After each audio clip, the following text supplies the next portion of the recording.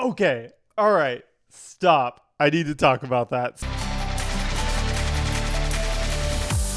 Hey everyone, how's it going? I hope you're doing well. And for those of you who are new here, my name is Jacob Williams. I am a professional music producer and composer. And today we're going to be checking out EUSEXUA Afterglow by FKA TWIGS. We have already listened to the OG EUSEXUA album, and that was great. There was a lot of awesome tracks on there. I loved the title track. Even just looking back at the track list, Drums of Death was just brutal. Sticky was great. 24-Hour Dog. I mean, I could just list pretty much every track off that album. It was a nice mix of emotional songs, interesting chambered pop and folk tendencies. Twigs tends to sort of weave throughout her musical catalog, as well as just these bangers and just unexpected bangers at that. I also just really like the sort of ratio between experimentation and also mainstream sounds that a lot of us hold dear to our hearts. It was a very fun journey. I've heard that this is just sort of like a follow-up release to EUSEXUA. I don't think it's necessarily the deluxe, because I think the deluxe is this over here, where some of the songs in between, like tracks 2, 3, 8 maybe, and the last song are swapped with different songs, and we have an Earth Eater feature on the song Striptease. So that's kind of interesting. I don't have the time to check that out today as much as I would like to, but we're definitely going to listen to the Afterglow album and go all the way through. I saw the singles of this coming out bit by bit. I just haven't checked it out because I'm waiting to check it out with you guys. And before we get into this here, I want to give a quick shout out to our channel patrons. Thank you guys so much for supporting this channel, especially through this content drought that you guys are going through. I know you guys have been so nice in the posts that I've made about my current workload being high and how we're sort of going to start going about our normal schedule that we had at the beginning in December, once everything kind of calms down a little bit. So thank you guys for being so nice, so kind to me about what's going on. And I promise you, I'm going to make it worth it to you in any way that I can. And be sure to check out our recent post. I actually made something recently. I'm going to pop it up right here. Go tell me what you guys want to see, because we're going to be doing some special things these next few weeks that are going to be a bit smaller, a bit easier to consume, but we're going to at least still try to squeeze in an album every Friday. So that's guaranteed, always going to happen. You guys don't have to worry. I'm not disappearing. But I do want to do some fun, little, small pieces of content these next few weeks. So go let me know what you think. Tell me what you want to see more of, and we'll just have fun making a couple small videos over these next 2 weeks. And if you guys like it, we'll keep it going, because I mean, I'd love to check out even just singles, not just albums. So feel free to let me know in the comments on that post, or even down here, what you guys want to see next. Without further anticipation building up, let's check this out. You guys really wanted this one this week. I feel bad because Arca has been just shoved off of the radar twice, but don't worry, it's coming.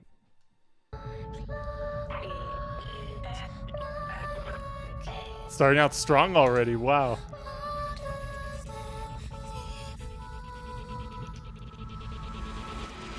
I would like to point some things out, not even just from a musical standpoint. I would like to point out that when we were listening to Twigs on this channel, the first Twigs video I made, she was at, I think, just a little over 3 million monthly listeners, and now she's at over 4 million. That's great.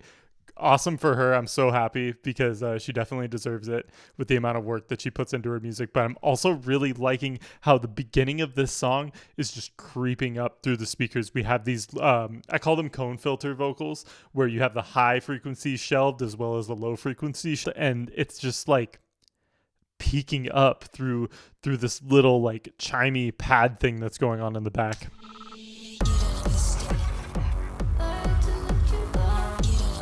Oh, yes.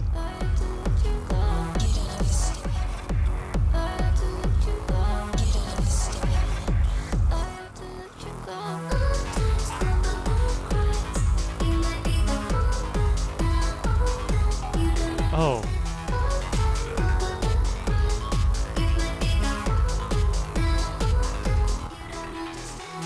We just got thrown into a big dance pop, electro pop, whatever you want to call this. Name your genre, because there's many ways to classify what you're hearing.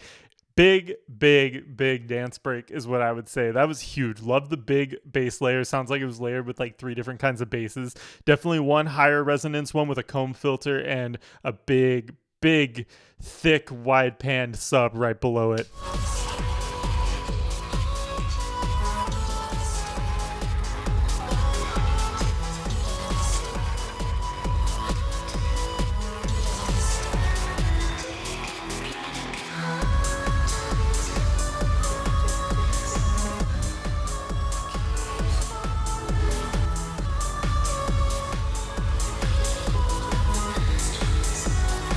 gotta understand the reason why I'm smiling right now is because we came off of LP1 that I just posted last week, and that album had a bit of the electronic tendencies to it, but I forgot how much Twigs had evolved between LP1 and EUSEXUA, and EUSEXUA had so many electronic dance music elements. It had a little bit of trap, like kind of that chill trap sort of thing too, and some of the folk stuff, like the keep it, hold it kind of stuff that we got on Magdalene as well as LP1, but this is a full-on banger. This is literally the same energy as track 1 off of EUSEXUA, the title track, where it has just that big trance industrial electro pulse that just doesn't stop. It's huge. And I know right now lyrically she's just kind of singing the same thing over and over again in different variations, but it's still so cool to me. I love hearing the sound design. I love hearing the vocal arrangement.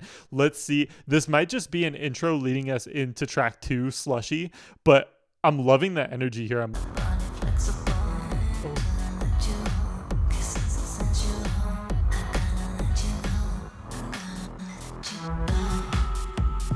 This has a little bit of dark wave to it, yeah? Just that big, atmospheric, ambient, dark, brooding, dance, synthy sound. That's definitely what's going on here.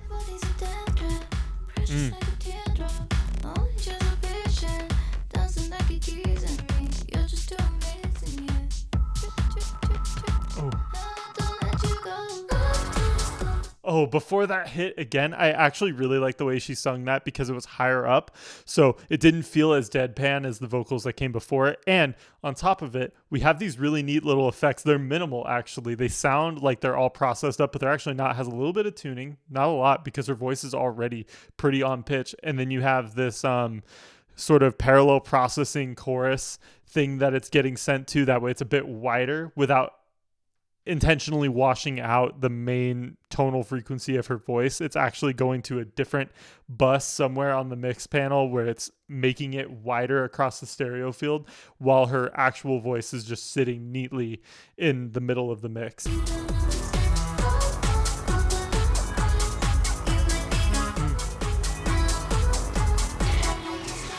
You guys know me, I really like kind of trying to find these little neat parts of the production bed to pull apart, and I'm hearing this sort of thing throbbing in the background. Is that like a sound effect? Is that a vocal chop? I can't really tell. It's just being pulsed back there, just repeated, like boop, boop, boop, boop, boop, boop, boop, behind the rest of the mix.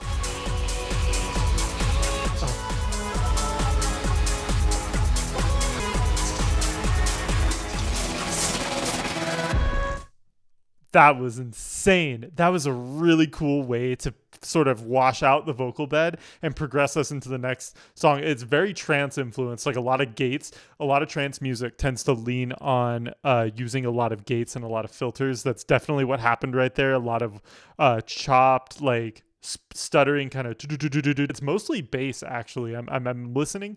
There's some synths back there, but the bass, the kick and the bass are really taking up the main parts of the mix that I'm able to hear right now.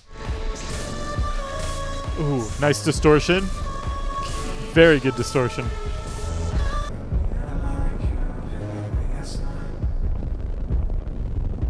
I unfortunately didn't recognize any of the producers credited on this song, but I'm going to give them all a bunch of props because the direction, the arrangement of this song really sets the stage for what this album is going to sound like. And I'm getting glossy, big, atmospheric, maybe a little less on the singer-songwriter side and more on the vibe, the overall atmosphere of what's going on. Because after listening to that, again, I'm bad with lyrics already in itself, you guys already know, but I'm even like, what was that about? What did I just listen to? But the vibe told me everything. Just nightlife, big, pulsing beat, lots of melodic elements everywhere. It was just really quite insane. Like I'm trying to really think of what was used there. I mean, just synths, vocals, and drums, but like the way that they were processed is everything. That was what made that mix what it was.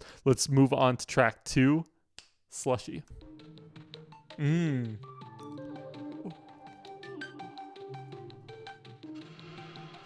That sounds like what I like to call the cutting tape method. And I believe I've mentioned this before. I think we were talking about Melodrama by Lorde at the time. And what the cutting tape method is, at least what I call it, I just sort of gave it that name. I don't even know if it's actually called something or if someone else uh, developed this method first. This is just what I call it. So sometimes what I do when I'm bored or if I can't come up with a distinct melody idea, I'll write like 4 melody ideas. That's usually what I go for, is about 4. And I'll record them on different tracks. And what I'll end up doing is cutting out like a random spot on each and just putting them together. Almost kind of like if you take like a piece of tape and write stuff on it and you just cut random spots on it and just kind of mishmash it together and see what the tape says. It might be a bunch of gibberish. So with the cutting tape method in audio, if you write like, let's say, a bunch of piano melodies or a bunch of synth melodies like what we're hearing right here, and you cut the different cut them in just in 4 parts and move those 4 parts around in different ways, you'll surprise yourself with, I don't know, maybe an interval that you didn't think of before, or you might surprise yourself with just something you wouldn't have come up with organically. Sometimes coming up with weird abstract ways to make melodies is the way that I like to go along with things. And that sounds like that's what happened here. Like in that little skittering beat coming up there, we're getting a little bit of that trip hop coming back in, but it's faster. Yeah. Drum and bass.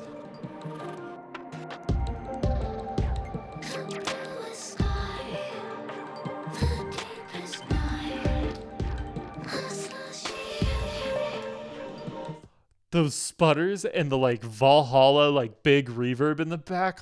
Oh my God. Oh.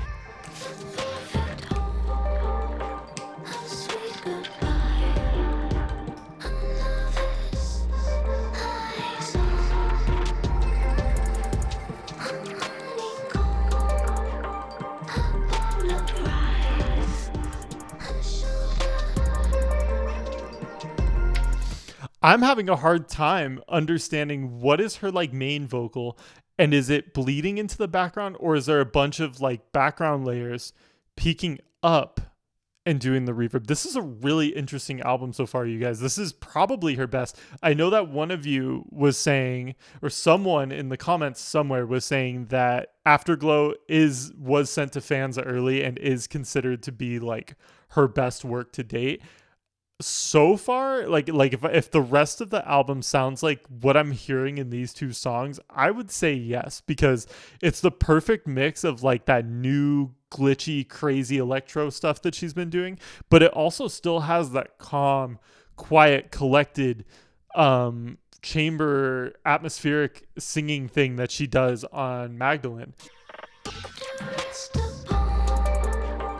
Oh.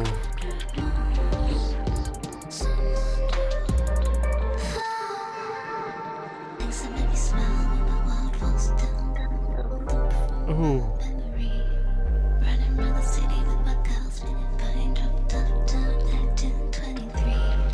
That is so cool. The way that it went from that more trip hoppy thing with a little bit of modern, and now we're getting the the R&B trap sort of influence coming through on this little verse part right here. And the way it's processed too makes it sound like it's a different color. It's a different instrument, right? Twigs is using her voice as different instruments across the song right now.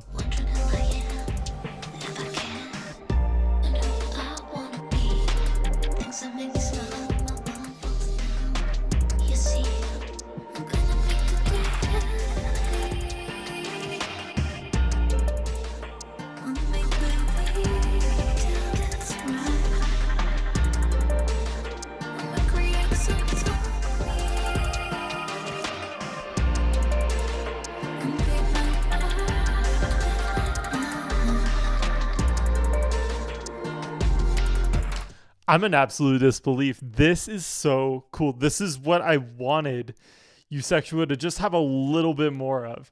And I'm being serious. Like, so I, when we listened to that album, I already thought it was really, really good. And it made me want to check out more of Twigs' catalog. But this in particular has just a bit more experimentation on it. And the sound design just goes harder. The vocal bed goes harder. Like there's more sauce put onto some of this stuff. Everything feels a little bit more complete. Not that EUSEXUA wasn't, but it feels just a bit more there. Like I feel like she was working towards this sound already, or it was always meant to be a double album. I have no idea.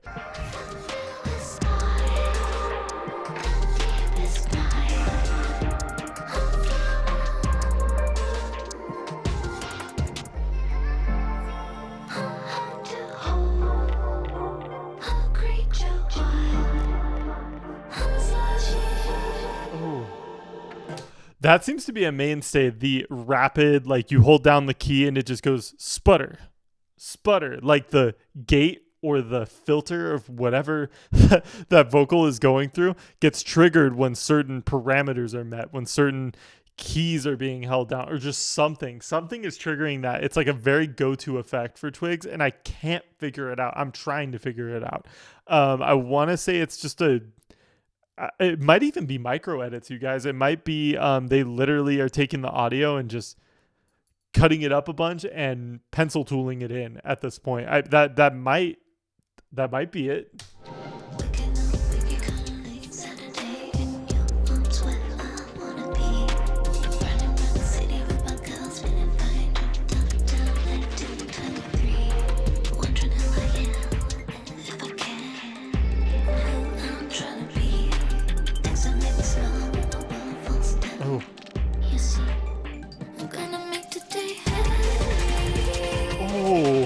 That hard break beat that just came in there. So far, the break sound that you heard right there in the forefront has been in the background almost this whole time. It's been just like low passed, compressed, and very sunk very low into the mix. Now it's way up at the forefront. It's like we've been building to just have this massive, massive break at the front, like right in front of our faces. And I'm just going to say this. It's not over yet. We still got 40 seconds, but this is like the perfect song to lead into that PinkPantheress collab. Oh, yeah.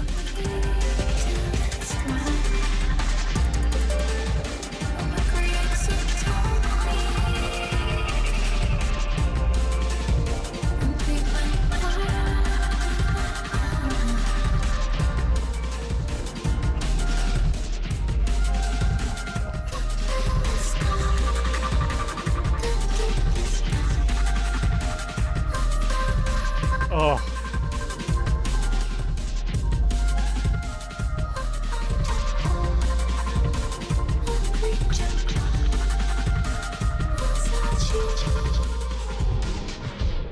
With the signature slowdowns that we got, even dating back to LP1, now that I know that information, or that I've experienced that piece of work as well. One of the most impressive things about this song was the different instrument choices, and that's kind of a signature in Twigs's work. Like, she likes to use a lot of those Bjork-esque world instruments. Like, you don't know where this came from. Is it a sample? Is it an actual performance? Did she go hire a musician to play this? Did she learn the damn instrument herself? Like, I mean, there's like so many possibilities when you listen to a new FKA Twigs project, let alone a song that's on that project. But what I'm hearing is just a very still experimental take on it. I mean, in that one chorus, there was like stringed instruments, there was flutes, there was all kinds of weirdly processed sounds, but they're all tucked away in favor of that nice modern break. It almost sounded like breakcore, just without a lot of the distortion and hard compression, right? Like it was just right there, but leading into that sort of not drums of death, but the faster, more like drum and bass influenced type of stuff. And it was still chilled too. Like it had a lot of that more calming, meditative sort of feeling to it. It wasn't super overwhelming. Let's go into this pretty highly anticipated track right here, Wild and Alone, featuring PinkPantheress.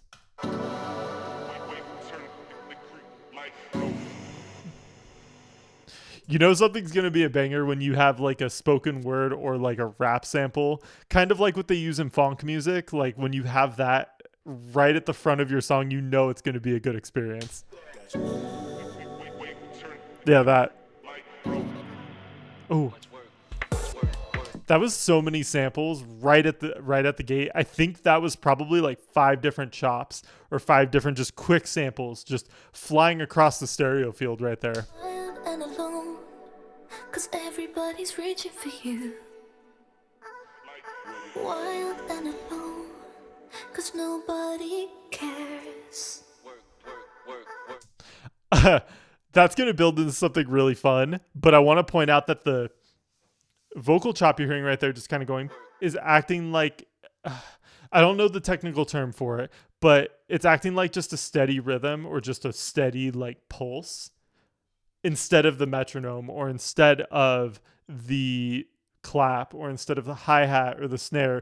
It's replacing what that's supposed to be context wise just for that. And I think after it builds, that's going to either sink into the mix or it's going to go away completely. Wild and alone, 'cause everybody's reaching. Nice falsetto. Wild and alone, 'cause nobody dares. Walk up to daytime, Nice. feeling okay, 'cause I love it when you call me and we talk all night. Tell me your dreams, I'll tell you mine, baby. Just trust in the girl and you'll be alright. What's up with this, like, I don't know, maybe it's Stutter House, because I know Stutter House is kind of has been on the rise really ever since Fred again kind of popularized it a bit, but it's starting to like garage, like 2-step garage, and that more like skippy kind of house, as I used to call it back in high school, is starting to become more of a staple in some of these electro synth pop cuts. Like instead of having house just 1 2 3 4, you're having 1 2 3 4 1 2 3 4, where it's got more of like a skip, more of a rhythm to it. It allows your bass to groove around the passages a bit easier and a bit more seamlessly. It's starting to be used very favorably. We even talked about it a lot on PinkPantheress' album. So I think it's definitely a sound that has a lot of potential. People have been using it more and more and more in the last like 2 years, I would say. Oh, ooh, hear that respace coming in? Shining your light, but if you gave it up at all, I'd leave you if you were nobody.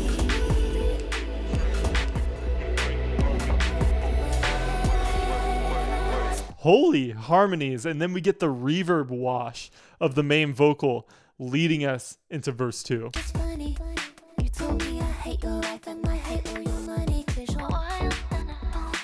That's how it feels to me. Baby, I'm just living happily.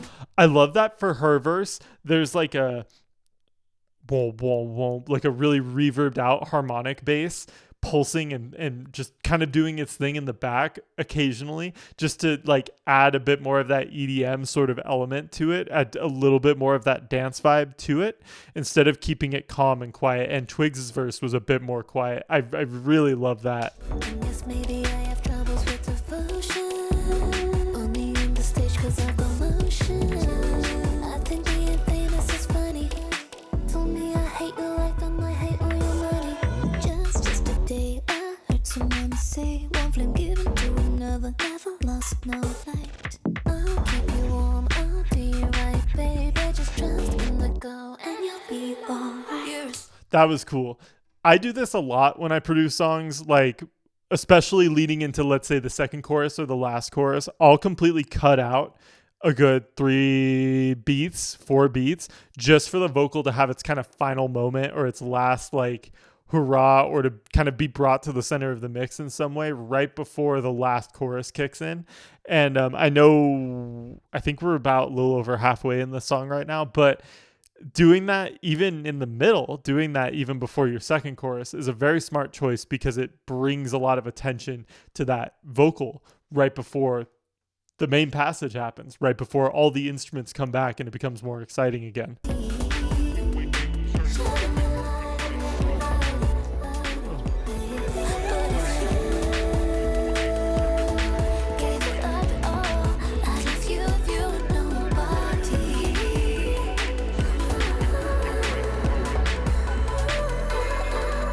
There are so many synth stacks in that. I even as I was listening to it, I was trying to count. I was like, okay, there's 1, there's 2, There's 3. Okay, there's probably like 3 in the wash, like right below it, like in the wet sort of synth bed. That's a lot of synth, you guys. If you really sit there with like good quality headphones and you're just like, you'll literally space out. Like I'm literally sitting there just going, oh wow, yeah, that's a lot of synth.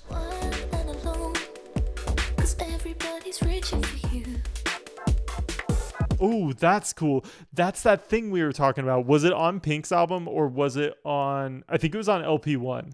Yeah, it was on LP1 last week. We were talking about how sort of that classic house chord sounds very dissonant, and it sounds very like dun dun dun dun, like it's got the hard half step sort of thing to it. We have some of those echoing in the Sonics back there in the back of the mix.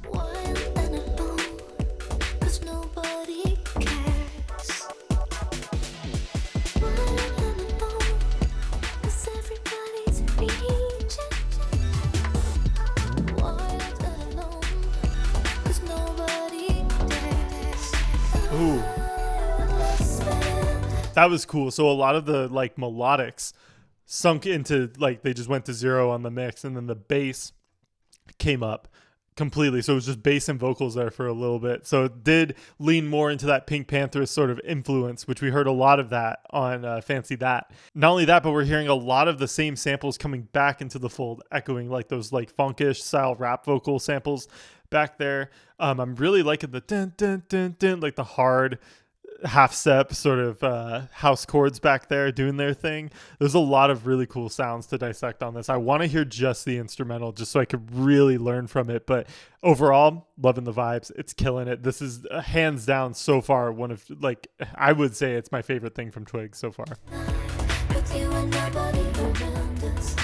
Oh, those stacks. I didn't even notice the hi-hats till right now. They're very deep. Usually hi-hats are more in the ticky like high range, like really up there. These hats are lower, so definitely leaning into that garage, Sutter house kind of thing.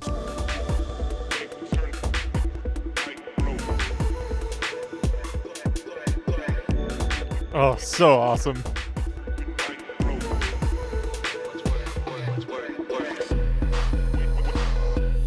Oh.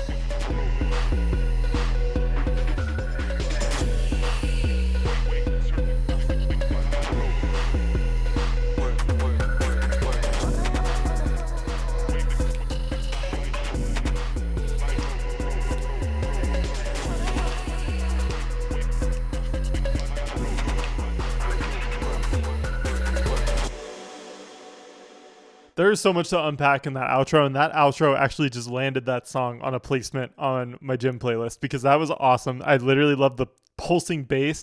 It does a similar groove to the chorus, but it really focuses on the resonance, the cutoff, and the rest of the sounds just kind of being with that bass instead of against it, or instead of way up here in the Sonics while the bass sinks down here to the bottom of the mix. Like, it really acted like a whole unified force right there at the end, which I thought was just incredible. That was a great collab. What I liked is their chemistry was so good that if you didn't know the sound of each artist respectfully, you would just think it's the same singer channeling some different energy or working a different part of their vocal range. You would have no idea. They sound so good over this beat together that they harmonize perfectly. They literally have like perfect accommodating voices for each other's style, and it definitely shows. Let's hope there's more collabs in the future because that was a very delightful track to listen to. Let's move on to track 4, which I think is one of the singles next to Cheap Hotel, Hard.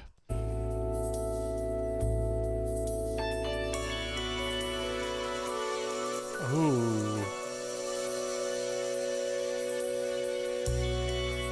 Oh. The intro to this song reminds me of just a very beautiful like painting or something. Like, it reminds me of, there was this I think it was a EP from a producer named Enzo. The look that this EP's art has is literally what my brain is picturing while listening to this. It's just so like, there's so many layers. A lot of them are hitting the harmonics pretty much right on the money. Like, it's literally just this lush, not even 7 chord. I don't even know what you want to call it. It's like a sus4 chord, and it's just like, oh.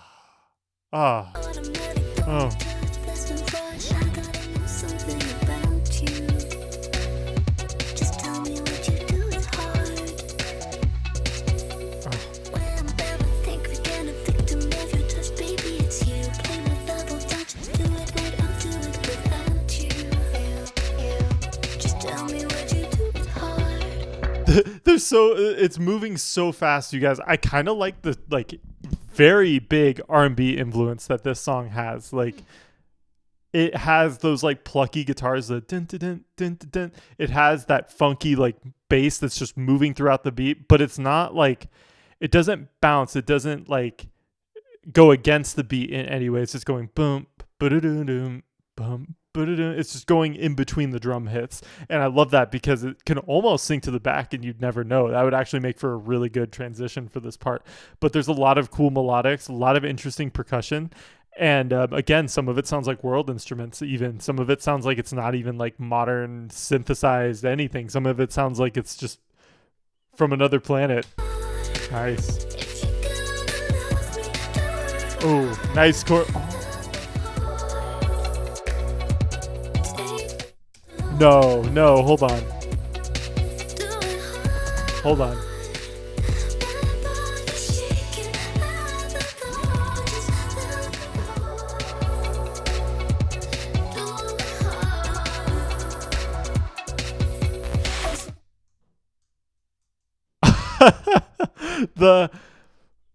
the starts, the stops, the slowdowns, the speed ups.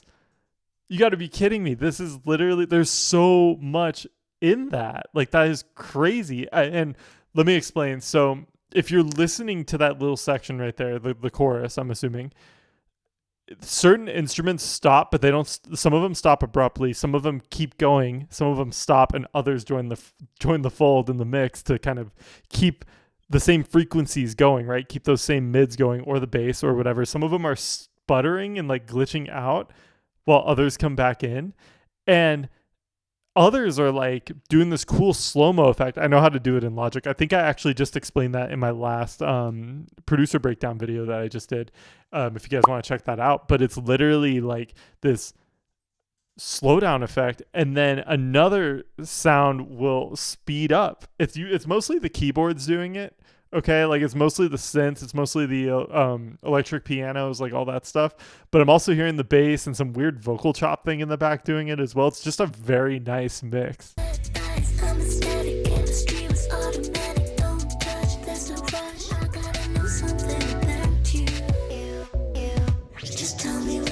Loving that panning job on that little additive experimental processed vocal right there.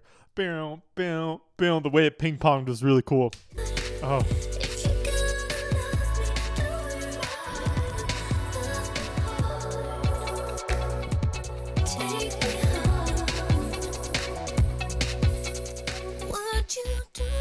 Oh, stop.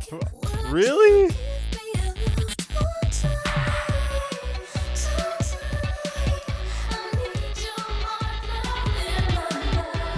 Okay. All right. Stop. I need to talk about that. So what I liked about that, just a lot, right? But we're gonna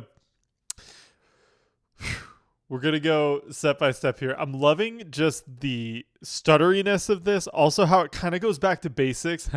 Goes back to bass and basics a little bit, right? Like it focuses a lot on the drums and the bass, the primary like rhythm and energy section of the song. It doesn't really gloss things up too much with mids and high frequency instruments, which is awesome. And it actually fits Twigs' voice a lot better than I thought it would. It seems very much inspired by PinkPantheress and artists of late that go for that very bass heavy pop sound. And I'm really hearing it on this, but it's more glitchy. It's more experimental. It takes more risks. And even right there was a lot of like moments where the note that she was singing would directly harmonize with the synth or directly harmonize on the bass line. And that is so hard to do. Like usually sometimes the vocal's just kind of doing its own thing over the vocal or sorry, over the instrumental. But here it's seamlessly going with the synth, if that makes any sense. I have literally no words for how cool that little last passage was. Oh.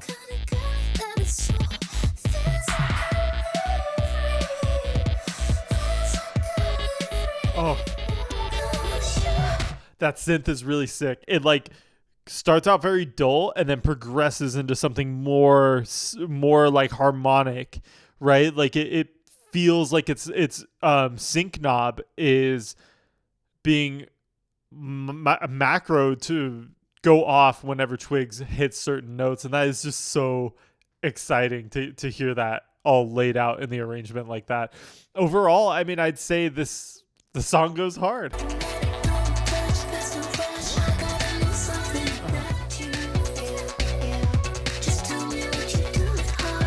You gotta know something about you, yeah, with the little processing on it. Oh, so awesome. Oh.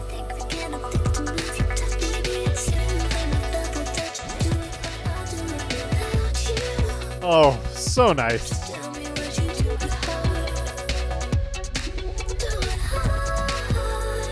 The way that bass vibrated was so cool. It was almost a callback to dubstep and just bass music in general, bass music culture, but not really. It's still in the alternative experimental pop lane.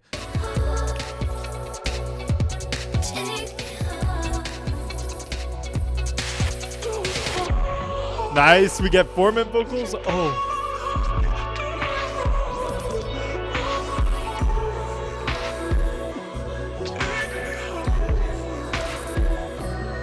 I should not, at this point, I should not have to tell you guys how much I love formant shifting. I have so many songs of mine, not even songs I made for clients or produced for people, but so many songs of mine that I use formant shifting in, okay? And like, oh my God, like that was formant used at the best time. What I love about formant is it really opens up the voice, gives it a lot of character, gives it a lot of color, and you can drench it in reverb like what was used here, or you can use some compression to really widen it and really kind of push the limits of the sound. I thought that was beautiful. I thought that was so cool. I thought that was just a very intimate, a very expressive song, and it also just took so many unexpected directions in the production that I literally didn't expect Twigs to go to, and I definitely feel very rewarded from that song. That was awesome. I will probably be listening to that one a lot. So cool. There's a lot I can say about it, but I'm gonna just keep the experience going. Let's check out Cheap Hotel. Lowering on my dinner, this how the work wear. No pausing with this, I'm just trying to splurge here. Lowering on my dinner, this how the work wear. No pausing with this, I'm trying to splurge here. Lowering on my dinner, this how the work wear. So we're going all in with this garage-ish kind of sound, you know, because these drums are very calling back to that sound. They're very much like that kind of sound, and I'm just absolutely loving it because I feel like it fits Twigs so well. It sounds familiar for her discography, but it also kind of pushes her in a different direction, which I think is really awesome.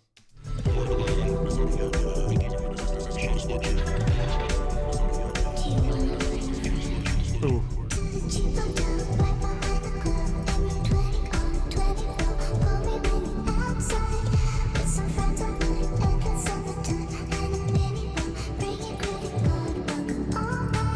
Loving how these reverb settings are dialed in here, but most importantly, what you guys might notice first is her voice is pitched up. And I think it's cool, but what's really making this pop, what's really making this big and expressive and feeling just great in the mix is the reverb. It's being parallel processed into this big reverb bed that's just being sidechain compressed with the kicks. So it's not like completely washing it out, right? Because it's parallel processed, but it's also not just completely mudding up the whole low end. It's just being pushed and pulsed on with these kicks.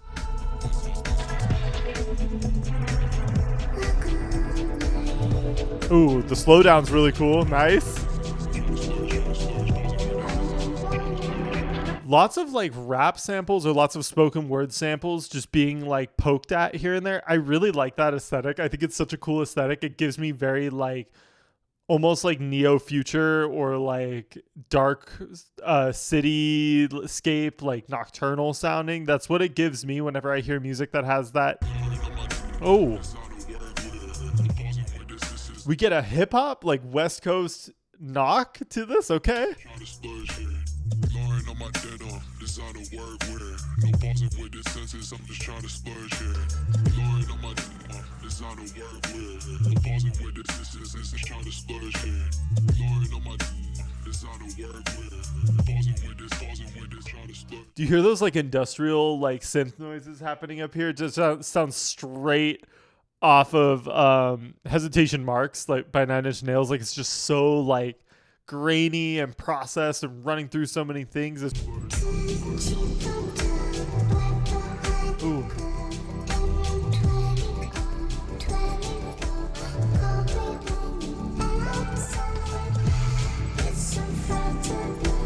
Oh.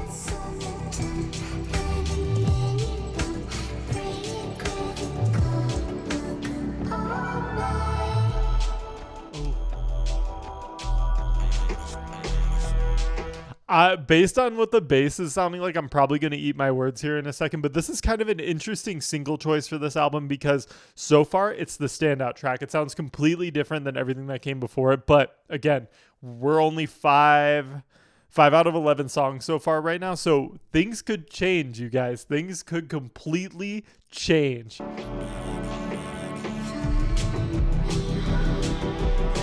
Ooh, okay. We got some automated EQ stuff happening in the background.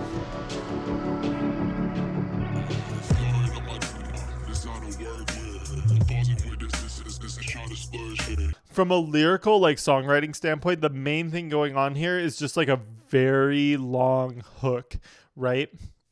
So it's an A section. Then the B section is all these samples and all these like warped lo-fi textures, R&B synth pads, things like that. And it sounds so cool. It sounds so different for Twigs too, right? Yeah, it's completely different. I don't even think she's done anything like this on any of the albums I've heard before. So kind of interesting hearing her take her sound in such an interesting direction with the pitched up vocals. I love the way those are building up. Ooh.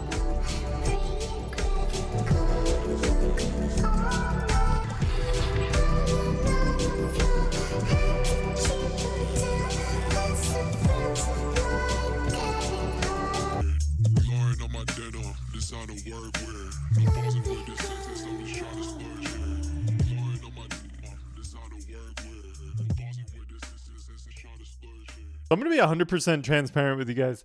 That is not what I expected that song to sound like. I saw it. It was the first song I ever saw where I was like, oh, Twigs is already coming out with new music. It was shortly, I think, after I checked out EUSEXUA because I was a little late to the party with listening to that album. I did not expect that song to sound like that at all. I literally did not expect that. And it was a delightful surprise because it had a little bit of that trip hop, a little bit of just like West Coast boom bap hip hop as well.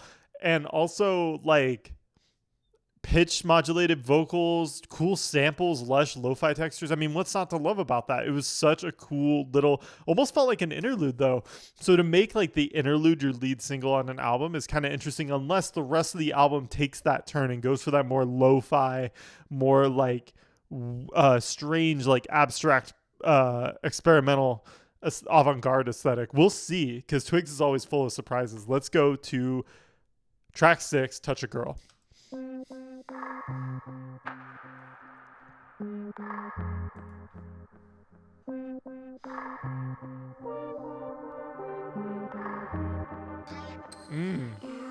Loving the synths, loving that little sample click coming in there and some of the percussion things that are already like permeating the track. Oh.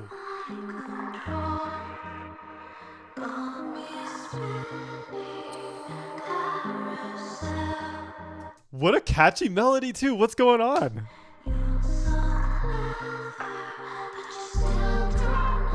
Oh.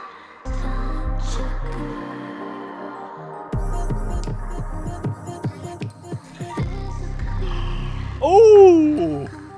Oh my God.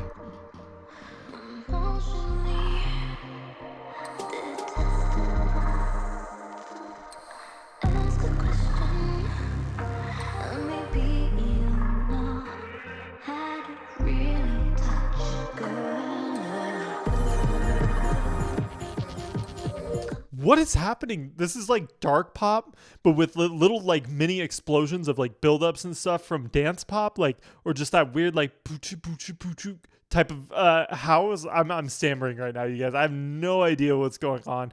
There's so much like cool processing happening. I'm loving the melancholy in this. Like, it's literally this very like somber, like just dark minor energy with like these moody, very, very moody vocals going underneath everything. I don't even know what to think. I'm literally frozen right now, you guys. Like that, it's just so compelling. The sound of that and the way everything's processed, the way everything's playing. Sometimes, you guys even know on the channel, sometimes I'm just like frozen. I'm literally lost for words. And this is one of those moments where I want to pick it apart, but I think I'd rather just experience it.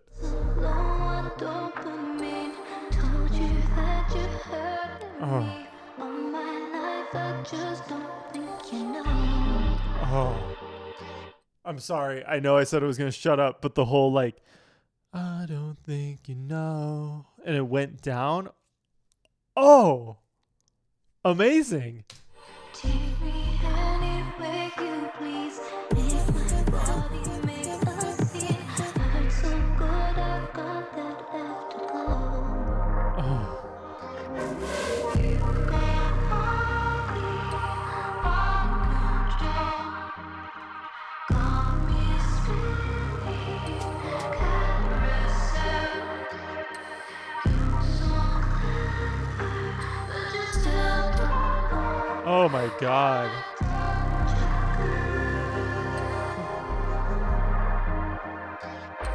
Touch my heart, touch my waist, fix your gaze on my face. You're the only one I ever wanna look at anyway. Did I tell you that you're pretty when you smile? Did I tell you that my mama gonna let you? She's singing that you're in shining in a light. Be yourself, be the one that Johnny you would like. Maybe then, maybe you, maybe just might really touch my girl.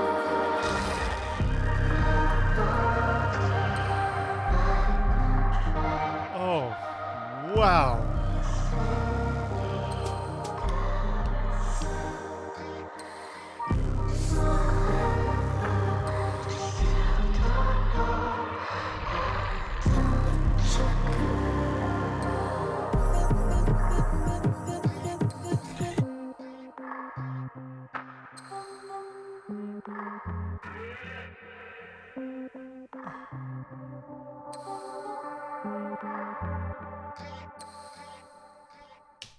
I couldn't pause for like any of that. I'm so sorry, you guys. So the bass in that, 100 A plus for me. The vocals, 100 A plus for me. The way the vocals were processed, 100 A plus for me. The songwriting, the mood, the synth pads, the synths. What just happened? I feel like I like literally went to like a different planet, and this is like what is on their radio station. Like, is stuff like this. Like, oh, I felt sadness. I felt longing. I felt abandonment, I guess. Rejection. Like, confusion. Beauty. Like, I don't know. That song just really made me feel something incredible. I have a Spotify playlist of stuff I keep, and it's called Goosebumps, and it's just anything that gives me goosebumps or is just like an incredible piece of music. Like, the first time I hear it, it's just like, and I get an overwhelming feeling of just like, wow. This is one of those songs I literally dragged it right to that playlist because I was just like, oh, the way she sings the main hook of that is so pretty. It's so beautiful. And what's amazing about it, I was thinking this to myself while I was listening. She doesn't need to sing it that impressively either. The way that she sings it, dun, dun, dun, dun, dun, dun, dun, is so simple.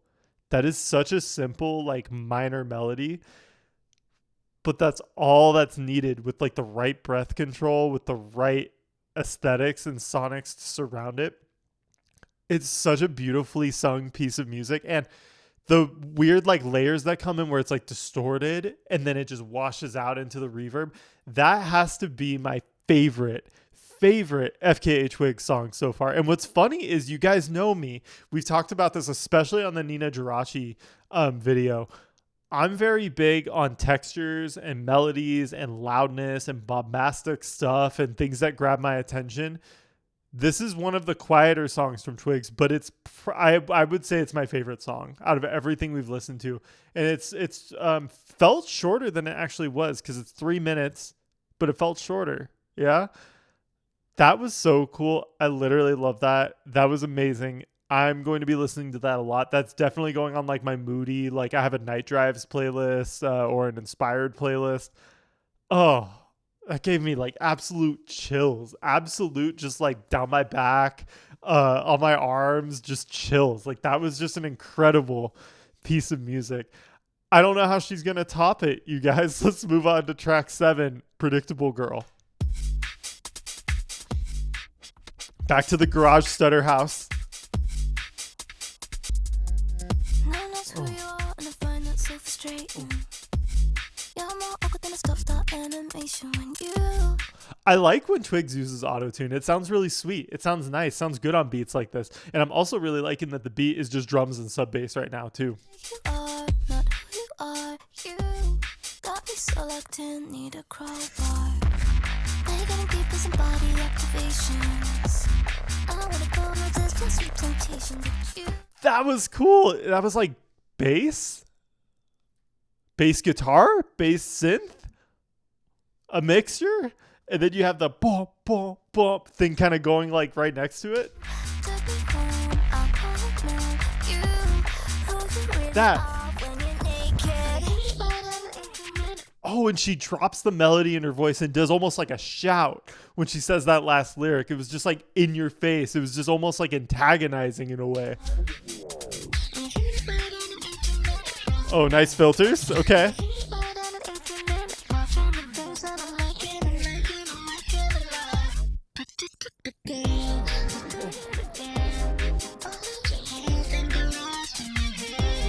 Oh, wow. Okay.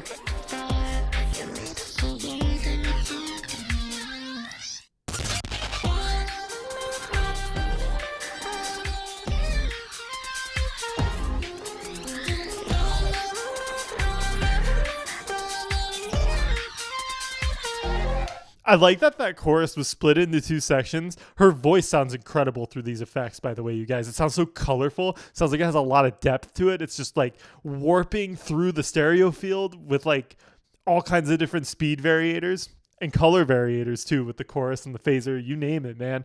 This is crazy. But I'm loving that first off. And then like I was saying originally before I kind of got like, I like that it's separated into 2 sections, and in one, there's like a light keyboard instrument in the background, and in the second half, it picks up and it starts to get more stacks to it. It starts to get more layered with other kinds of synths. Oh, these little start and stop things, like what we got on Hard, are just crazy. They are literally perfect for my attention deficit personality.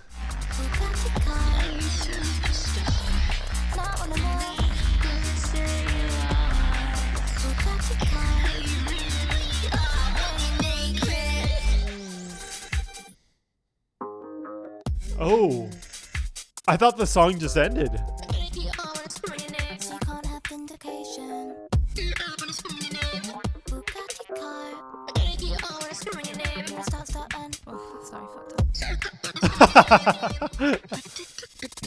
That was cool. I felt like that was a genuine mistake that got like cut out and then left in there.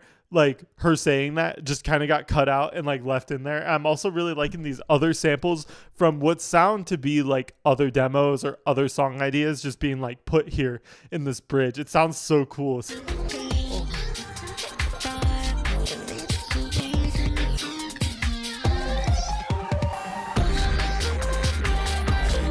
Oh. There's that noise I really like. Oh, the bass is really picked up here too, you guys. It sounds more layered. It sounds like there's another sack on top of it. Oh, that was so cool. I could say a lot about that, but I want to keep this party going. Let's move on to track 8, Sushi.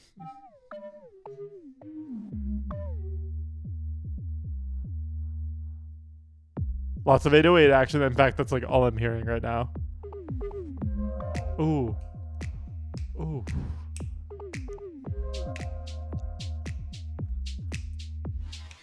That was cool, going from that into more of this like chill house kind of vibe. Ooh, we get the cheap hotel voice. Oh.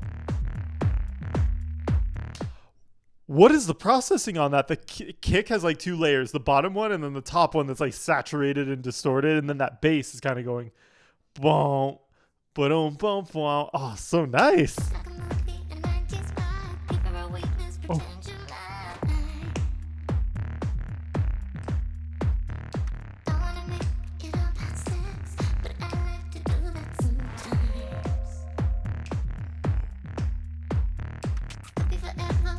Oh, little ear candy right there. The going over to the left headphone. Love the processing.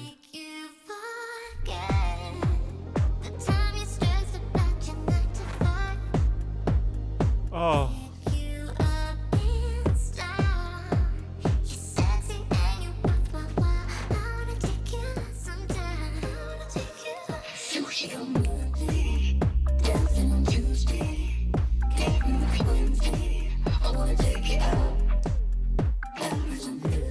Oh, what is that?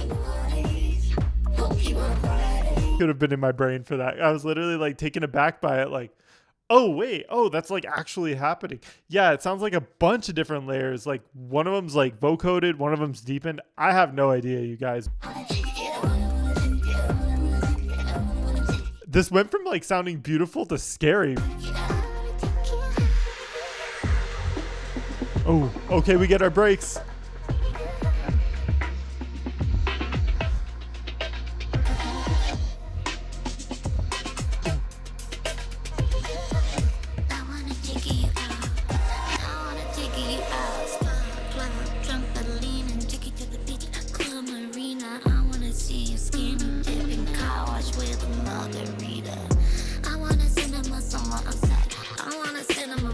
Is Twigs giving us like this crazy flow right now? I love the trap flow. I love it. It actually really suits her if that's what she's doing right here. I'm getting a feeling that the pitched up vocal or the pitch modulated vocal is supposed to be like someone else. Like it is Twigs doing it, but I feel like it's almost like a persona or like a character or something. I like to look for deeper narratives sometimes in music, and that's what that is giving me. It's making me feel like it's a character or like it's someone who is really striving to impress someone or really striving to just long for this person. But the feelings are not being reciprocated. Does that make any sense? That's the vibe it's giving me. I could be completely wrong. Oh. Would you be surprised to know that my karaoke song is a gasolina? I said it, I stuck to Gusta, cause I wanna take you. I wanna take you, take you, I wanna take you. Oh. A bit of an EDM breakdown, right? Because everything's slowing down, you're hearing more rhythmic elements and that whoop kind of Skrillexy thing in the background. Take you, take you. Gotta give me that. Walk for me, walk for me, walk for me. Walk for me, walk for me, walk for me, walk for me, walk for me. Don't pose for me.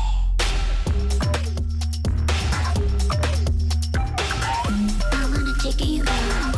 I wanna take you out.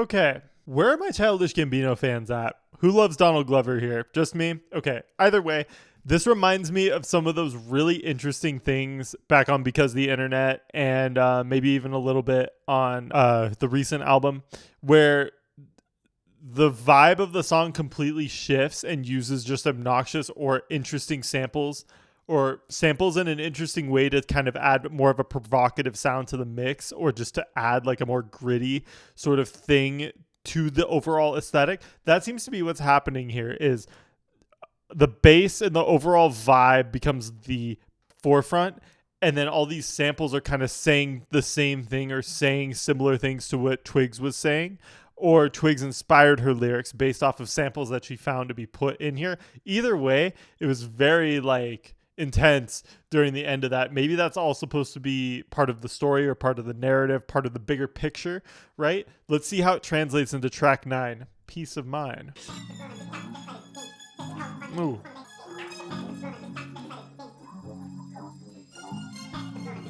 Like in those new wave synths in the back right there.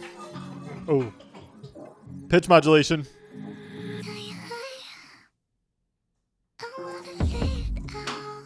Ooh.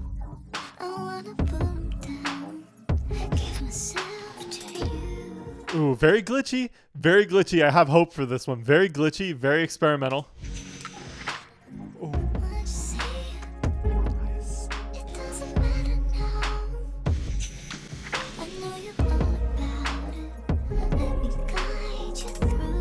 Ooh.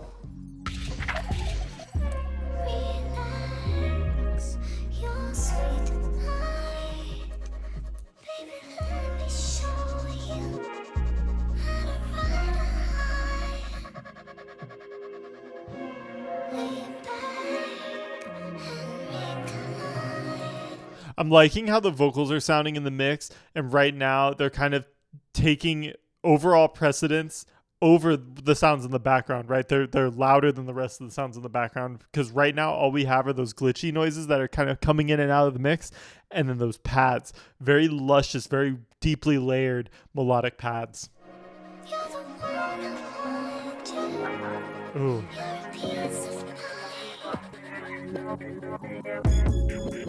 Oh. So many like banger kind of beats on this thing, right? Like it literally like hits you when you don't expect it. Ooh.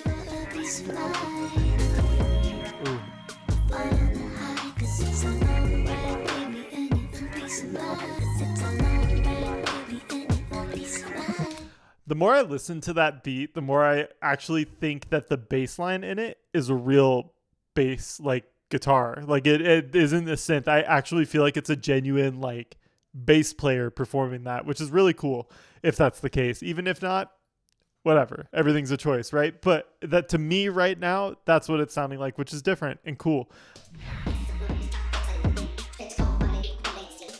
There we go with those samples again. Oh. I'm telling you, the samples and the high-pitched vocals are like a character, or because why do they only trigger like here and there?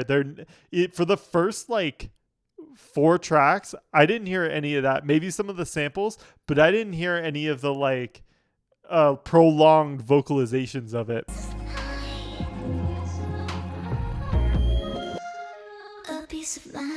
Oh, nice. Yes, you are a piece of mind.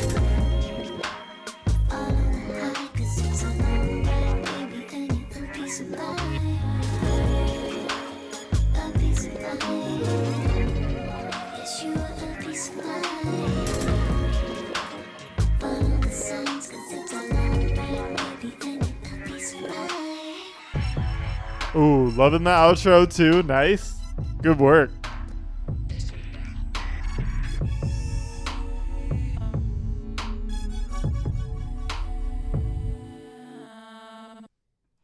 So what's really cool about this is, from a compositional standpoint, this was very R&B. I could tell there was a lot of 7 chords in there. There was even some add 9. Felt very lush, very lo-fi, very vibrant. But it still had the interesting industrial, I'm going to call it the creep factor that some of these songs have had so far. So I want to say this is all building into something that we're going to feel on one of these 2 tracks coming up. This next song has a very sad title, Lost All My Friends. Ow, I feel that. Ow, lost all my friends. Why? Why did you lose all your friends? Like, why? Yeah. Yeah, that's sad. I don't know why that just hit me. I was like, oh, like, was she too busy like chasing a partner? Or did she get caught up in that? Like with the whole like I've predicted some of these songs to be about, that you weren't able to really maintain your friendships. Oh, that's sad. Who knows? We're gonna find out. Ooh, Rumbly 808.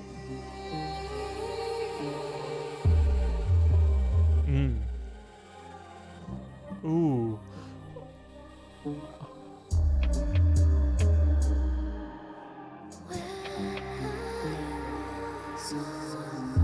Oh, nice. We get a moody cut. Loving the booming 808s. The pads are great. Her voice with the reverb is spectacular. I mean, at this point, I should just know what to expect in a Twigs song. Ooh, that was cool. That synth was reversed and it was like being processed way up here, mostly in here. Almost, it's like they were trying to personify the feeling of like having tinnitus or like anxiety, right? It kind of gave like a bit of an anxious sort of feeling leading up. And then we're back to the minor chords.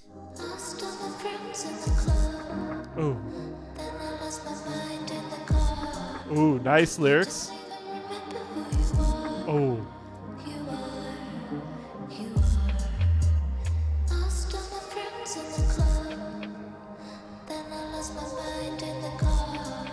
Oh, beautiful.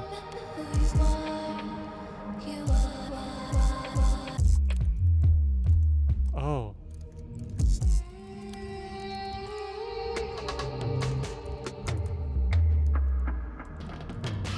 Ooh, that was cool. All these little like percussion sound design noises are being rhythmically played or like edited out on the BPM grid. And then you'll hear like little pockets or little like occasional percussion instruments coming through, right? Like, or drums kind of come through and like fill in the space. So the little interchangeable play between them kind of going glitchy noise and then over here on the right is so cool. I'm such a sucker for like just dark, moody music in general, but this right here is such a vibe.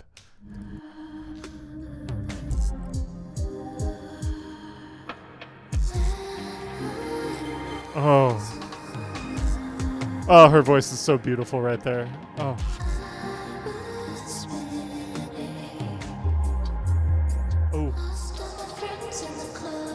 Ooh, lost all my friends in the club, and now we're getting this like club beat kind of coming in with the hat hit. Nice.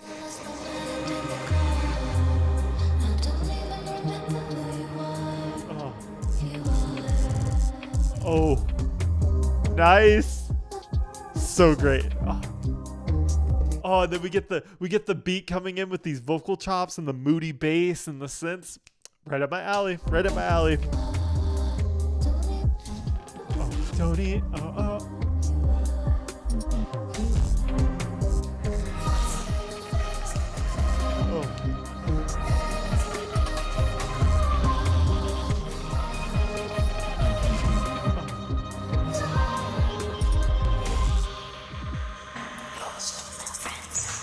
Oh, now we got halftime.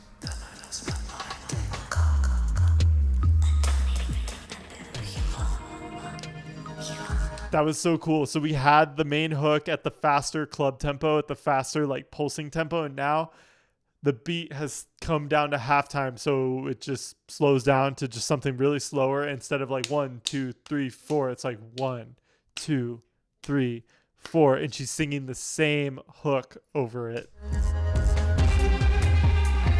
Oh, distorted vocals with reverb. Okay.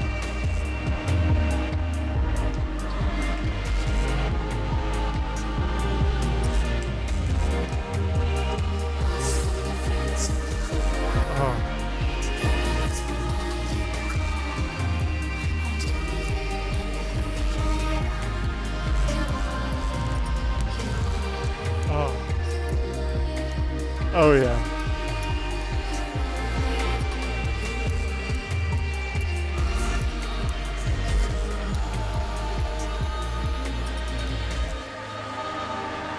Oh. All that reverb.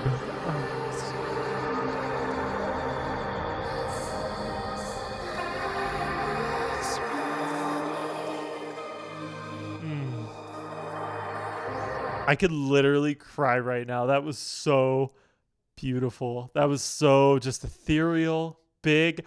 I felt like I got transported. I felt like I really got put into Twigs's shoes and whatever she was writing about, whatever she was going through when she made that song. That and Touch a Girl they're up there for me. They're just such moving songs. That was the word I was looking for earlier. I just felt moved.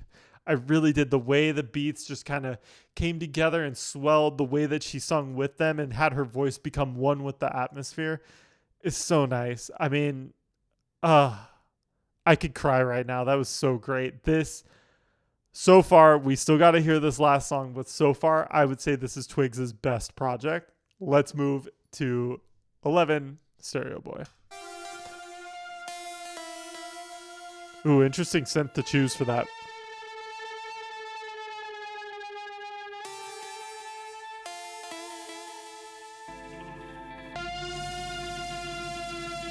Anxiety synths.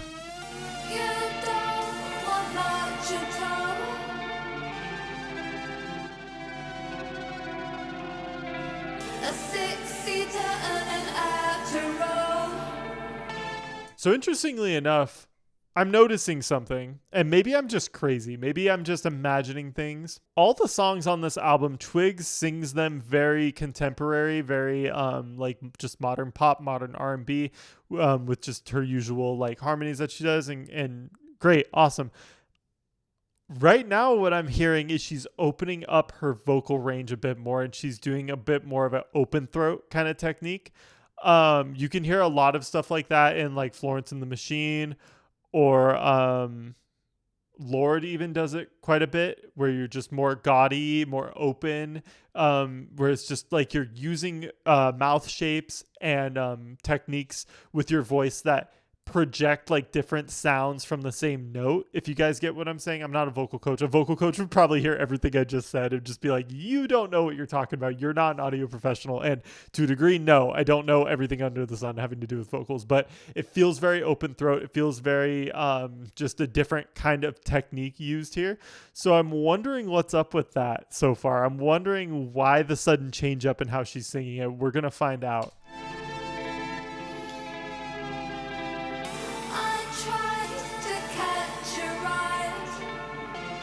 Yeah, it's very indie. It's very alternative, too. Doors open, suicide.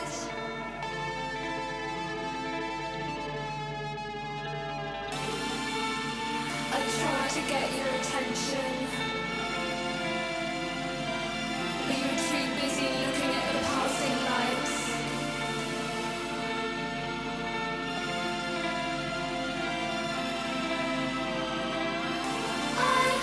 Ooh.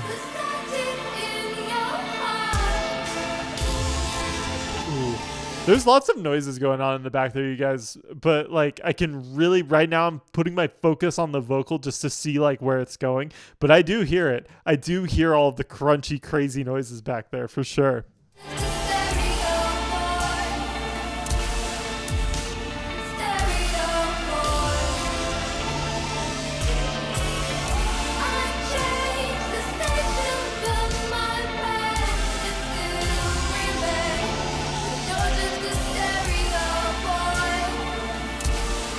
Ooh. Is she talking about, and again, I don't even like getting lyrical on this channel. I try to avoid it as much as possible just because I am usually just very not smart when it comes to lyricism. It usually takes me a good couple of listens to understand lyrics, and then even longer to understand them from like a what they mean standpoint. I'm a little just not smart with that.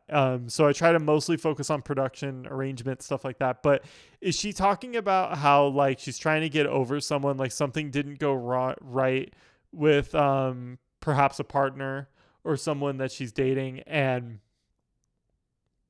she's trying to forget about the pain. She's trying to like cover it up or trying to heal from it, turning on the stereo to listen to music, and it's just not working. And I feel like from just what I'm hearing, there's like this beautiful, like kind of organ, almost gospel sounding thing happening in the background. Like it's a very big, luscious kind of sound trying to come through. And then there's the crunchy textures just trying to squeeze it out or trying to like pull it back down. It's like a battle between these melodic sections and these crunchy, destructive, like industrial sounds. Is that supposed to also represent the same thing? Like the negative thoughts are just like pulling her down, pulling down the overall mood of what's happening. Because that's what I'm getting from an artistic standpoint. What I'm hearing is that's what's happening is you're feeling something and you're trying to use your favorite art medium to just get rid of it. And you can't. It's just there. Like it's just following you. Like you try to drown it out. You try to change it. You try to do something about it and you just can't. And I feel emotional thinking about it because I feel like musically, that's at least what it's telling me through the abstract void of enjoying our favorite art form, music. It's just pulling her down. It's the noises are representing just that battle between healing and fighting negativity. You want just what you said.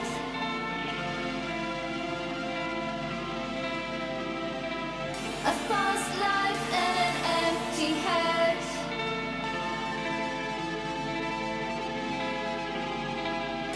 I tried to catch a ride.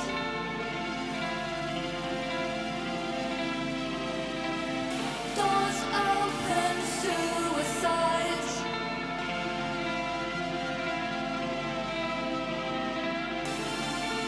Look at me. I'll let you drive me off the edge.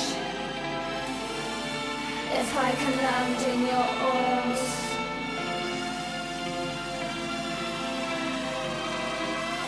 I heard the static in your heart. Oh, yeah. Hear it. The melodies and the harmonic content of the song are there.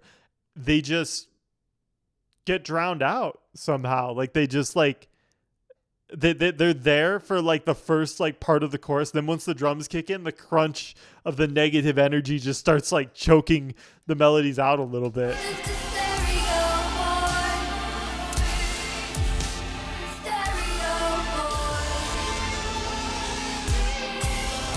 I changed the station, but my pain still remains. 'Cause you're just a stereo boy. Stereo boy. I heard the static in your heart and fell apart. 'Cause you're just a stereo boy. Stereo boy.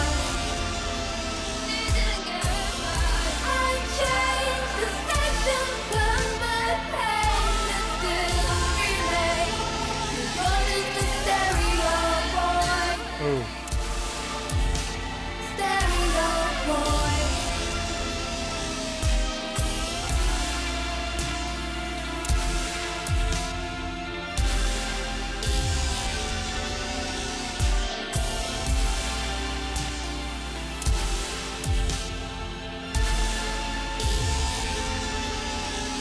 there's like a little high pitched like synth too coming in the back right there, like just going "Beow," and slowly going down in pitch. You really got to listen for it.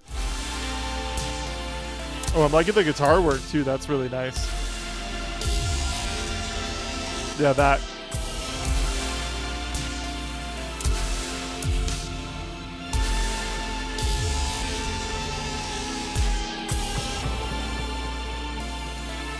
Ooh, and now the crunch.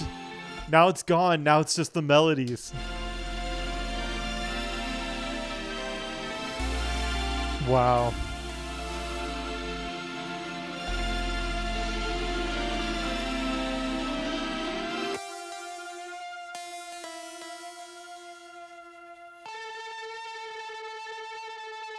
Oh, love it. Absolutely love it.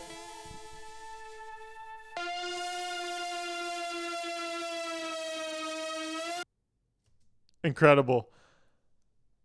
Whoever across the internet, whoever in my comment section, whoever on various places throughout our spaces out there in the world. Whoever said that this was FKA Twigs' best work, as someone who has listened to most of her catalog at this point, I will say yes.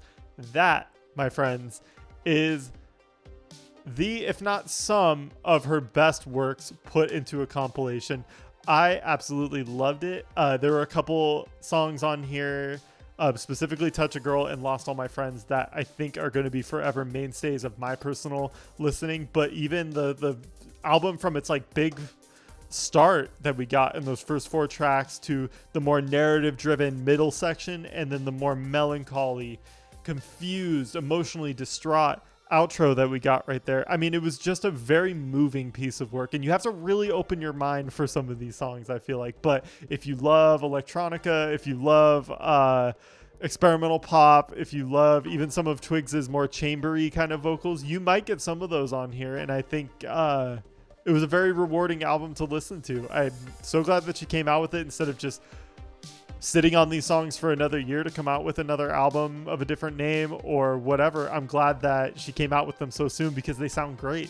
I think it's a great companion album to EUSEXUA.